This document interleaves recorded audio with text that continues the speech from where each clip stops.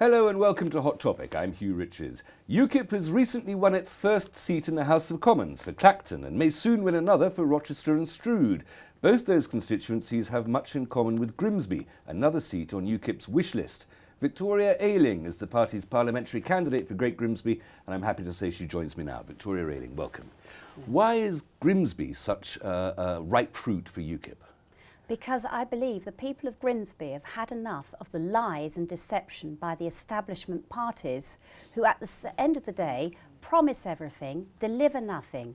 The result is that Grimsby has suffered years of neglect, whether it's the fishing industry decimated by Icelandic deals cooked up by politicians. That was 40 years ago.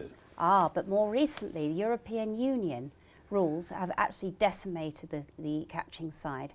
But also it's destroying business locally, and it costs us £55 million a day to be members of the European Union.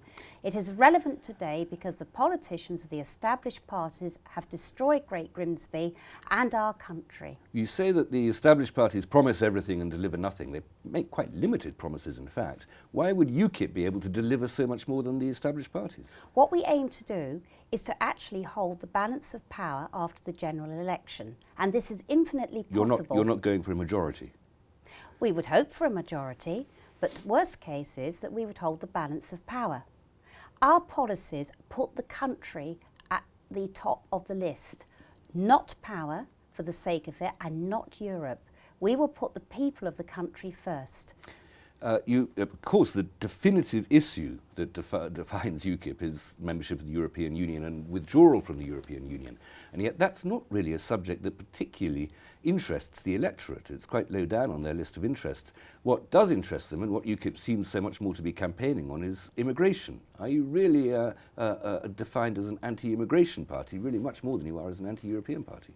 I think if you look at the European situation, it affects every aspect of our lives. It is a big issue for people because the offshoots from the European election, our membership of the European Union, is that basically we are taxed out of existence, businesses are being strangled, and the knock-on effect of that is that people don't have jobs, especially in Grimsby. We deserve reasonable jobs. Now, it's not just Europe. Also, we have a full raft of policies that cover taxation, the NHS, education, everything. Immigration is a big issue in Great Grimsby, as it is the rest of the country. Our infrastructure is near to bursting, and also jobs traditionally taken by local people have been taken, particularly by the vast influx of European Union migrants. This is not an issue necessarily just about immigration. It is the sheer numbers mainly brought about by our membership of the European Union, combined with the costs of the European Union, is destroying our own industry and destroying jobs for our own people. There was a study released last week by University College London suggesting that European migration into the UK in fact is a net benefit to the economy and to the Treasury to the tune of about £20 billion.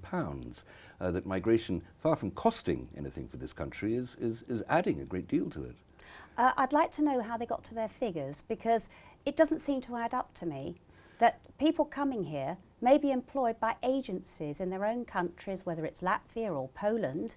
How can we be making a net profit when they can use all our health services, get our benefits? Because they pay tax. I think you'll find that they also send a lot of the child benefits home, even when their children aren't here. But there's the other issue. What they don't mention is that the cost of migrants from non-EU countries is actually costing us an awful lot of money. But I would like to see what the figures were that they can actually back their statistics saying that we actually make money from EU migrants. I find that very difficult to believe, and I would like to investigate that further, because it does sound like a bit of an establishment fudge, that one. The establishment, that amorphous, slightly indefinable creation, that creature of people who just don't like the way things are, isn't it? You use the phrase the establishment. Well, it's a cosy club, a Westminster cosy club. The parties that are like Liberal, Tory, Labour, they're all together in this cosy little club. UKIP come along because we see what's the result of this cosy little club is. A country nearing bankruptcy, people out of work. Well, forgive me, again, the country nearing bankruptcy, that's quite a large statement. The country has been in debt since the late 17th century. That's the nature of running a national debt. But forgive me, I'm being pedantic and historical, but let me just go back to this matter of migration. UKIP, as you suggested, is a free market party. It's a liberal with a small L, small state party. Is that right, to typify you as a free market We are party? a free market. And the thing I want to point out to you is that if we left the European Union, we would have more jobs. We would retain our position on the World Trade Organization, But re-establish links with our Commonwealth, and we would be surviving a lot better than we are, sucked into this European Union, which is destroying jobs and costing us £55 million a day to be a member of. But forgive me, that very coherent philosophy as a free market, a liberal or even libertarian party, part of that free market is freedom of movement of labour. If I wish to employ two people, one of them is from Lincolnshire and one of them is from Bulgaria, and the Bulgarian is better qualified and cheaper, then should I not have in a free market the freedom to employ the cheaper Bulgarian? You've just said the word cheaper. Do you know why that is? Because of this European Union, we are actually inundated with cheap foreign labour from the European Union, the old Eastern Bloc. That's good for employers, though, isn't it? Well, no, not necessarily, because they are pricing out the locals. The problem you have is they can sidestep an awful lot of health and safety and an awful lot of extra costs which would be involved if they employed local people, because they employ in agencies in their own countries and they can get round the rules. It's already against the law to ignore health and safety rules. We don't need a political change for that. That's already a law in place. If they break it, then one hopes that they'll be caught. But when you say pricing out the locals, if I can offer a service more cheaply than my rival offers that service, then it's pure free market economics that I should get that business, isn't it? It's not, if I'm pricing out the locals, it's the locals' fault, not mine, if I could do as good a job for a better price. No, I think you're missing the point here. Agencies employ in their own countries, like Latvia, Poland, or whatever other country that are part of this free movement. They employ them there under rules relating to that country. It seems to be only Britain actually follows the rules to absolute letter. The result is that we're being flooded with cheaper employees who actually fill the jobs traditionally taken by our locals. Now the locals, they're not to blame, because if they're employed, there are certain costs involved which aren't relevant if Eastern Europeans are actually employed, because they are taken in by agencies from their own countries. The problem is that we are actually losing jobs to this influx of migrants. It's destroying the economy in Great Grimsby and destroying the economy in many parts of our country. It's the system that's wrong. And the system is being perpetuated by the established parties with the established politicians who rather like the cosy little clique and don't want to upset our European Union lords and masters. You mentioned a moment ago that you would wish to reunite or re-establish ties with the Commonwealth outside Europe. Clearly you regret immigration from within Europe. Do you regret historical immigration to this country from the old empire, from the Commonwealth countries? Anybody who's here legally and works and contributes, there isn't a problem with. But the problem we're really suffering with is the sheer volume of people coming from the European Union. I may point out, actually, that with reference to immigration, it should be a point system like they have in Australia. At the moment, because of our membership of the European Union, we have no control over our own borders, and that is wrong. We have no control over the borders of these islands any more than we have control over the borders of North East Lincolnshire, where your prospective constituency is, or the borders of Shropshire. Why would you create that artificial barrier simply between countries rather than between regions or between counties or between provinces? Why is it the nation that you think is where that distinction should lie? So you're advocating that we have uncontrolled borders and not bother, like going in from Lincolnshire to Surrey? That's ridiculous. I'm not advocating anything, I'm simply asking. The problem you have is this: freedom of movement never really works economically when you have such a diverse economies within that zone. But For example, you have diverse economies between the north and the south of England, and yet there's freedom of movement between the north and the south of England. I think you're missing the point. We're importing, for goodness sake, there was an article the other day in the Daily Mail, we're importing beggars. We're importing those that are actually going to have a negative effect on our economy. We cannot stop it because of our membership of the European Union. We are actually, freedom of movement would work only if all the economies were more or less the same, but they're not. There's a huge difference. For example, somebody in Bulgaria could probably earn in a month what the child benefit is in this country. So they're coming over. I don't blame the migrants at all. I don't blame them at all for coming here. It's the system that actually encourages this and thus prices the locals out of the job.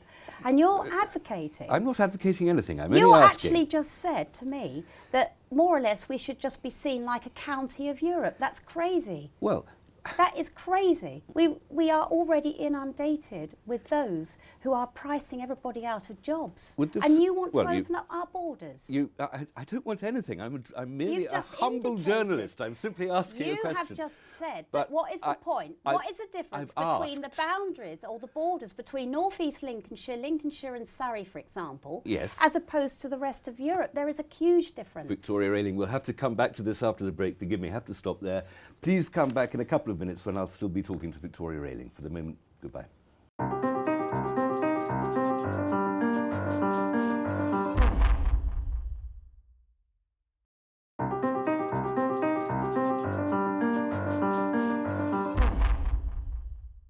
Welcome back to Hot Topic. I'm talking to Victoria Ailing, UKIP's parliamentary candidate for Great Grimsby. Sorry about the break there, Victoria. We're talking about immigration and migration and, of course, UKIP's attitude to the European Union. To move off migration for a moment, business, people who trade internationally and domestically, the consensus amongst businesses is that the European Union is good for Britain. They don't want to come out. Why do you disagree with the people who make the money? I think you'll find that actually there are quite a lot of businesses who actually can see that we would benefit by getting out. And I cannot help thinking that the businesses, or the big businesses that want to stay in, are very cosy with the main established parties that want to keep our relationship with Europe. But you ask the man in the street or the small businesses, or there are many other business leaders that actually have come over to UKIP precisely because they can see how the European Union is costing us a fortune and strangling initiative and British manufacturing in particular. You say that the businesses are cosy to the establishment parties, and again using that word, and that the parties, establishment parties, want to stay within Europe. But why, and those parties are equally cosy with the big businesses. So just being cosy with each other isn't a justification for either to be wanting to stay in Europe. They must have some external reason that persuades them that that's good for us. Well, isn't it jobs for the boys? Gongs for the boys? This is about OBEs. I think you might be right, or knighthoods being dished out to big business leaders.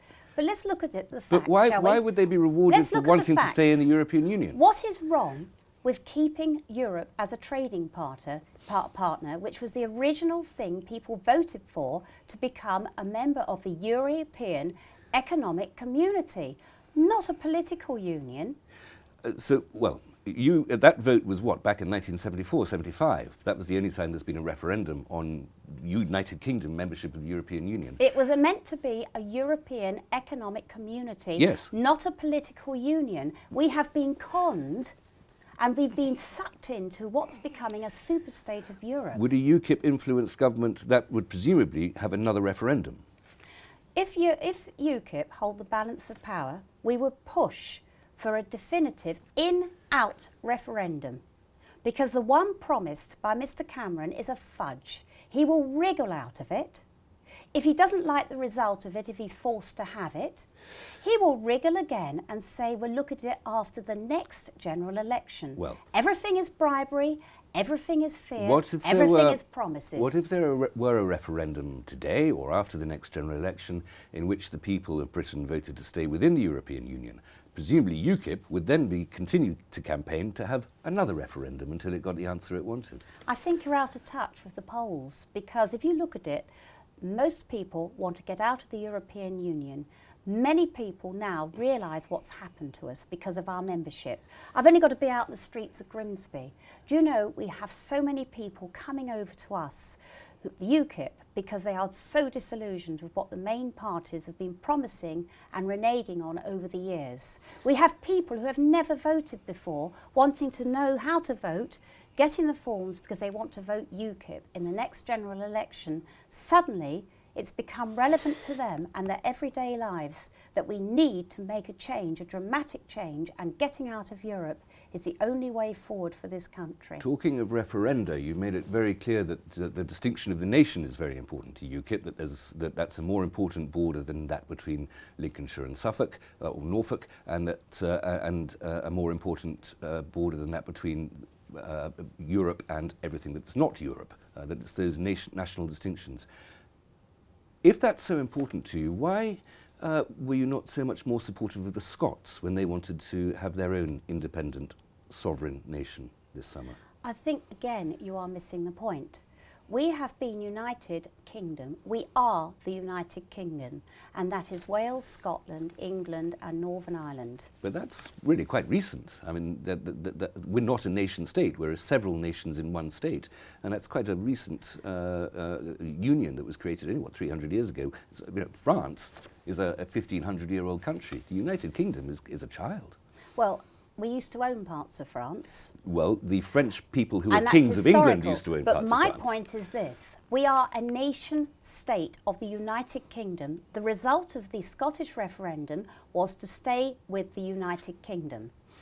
We are the United Kingdom. We are a nation state, a sovereign state.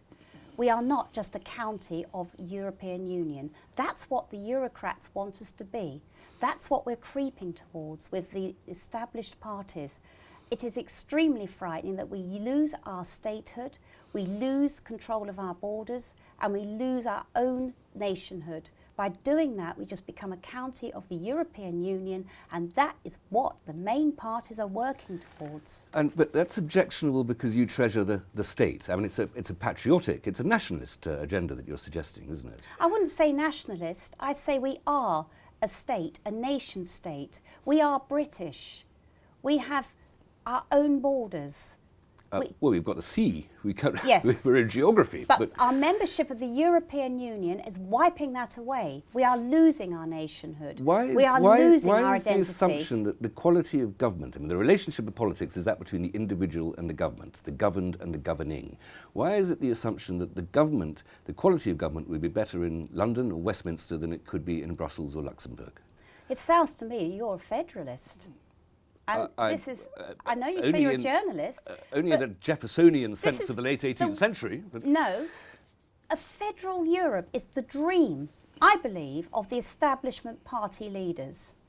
Because I believe there's a bit of self-interest there after they leave politics. I also believe that they are beholden to their European Union lords and masters. We are being sucked into a European superstate to become just a county or a region of Europe.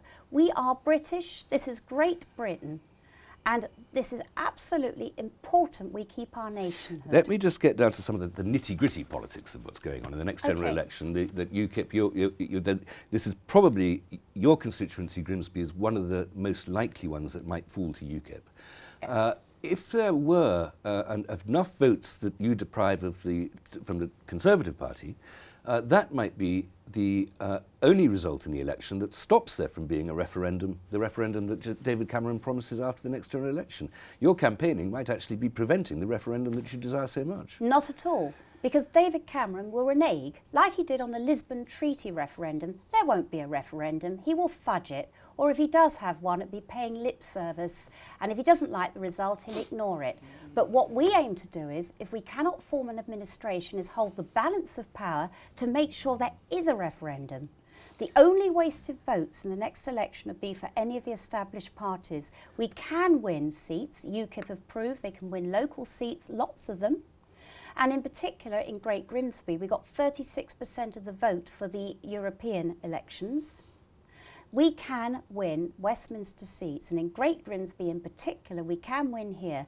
Any vote for any of the other parties is more of the same, more suction into Europe, more migration and more depression and joblessness for the people of Grimsby. Were you to be in Parliament this time next year, which of the 2 or 3 larger traditional parties would you most be inclined to vote for in supporting their government if you had the balance of power? We would not form a coalition. It would be a vote-by-vote basis. Doubt you'd be invited to form a coalition, but you would be invited to or give money bills and confidence bills, supplying confidence as it's known, without being in cabinet or being in government, but offering your votes.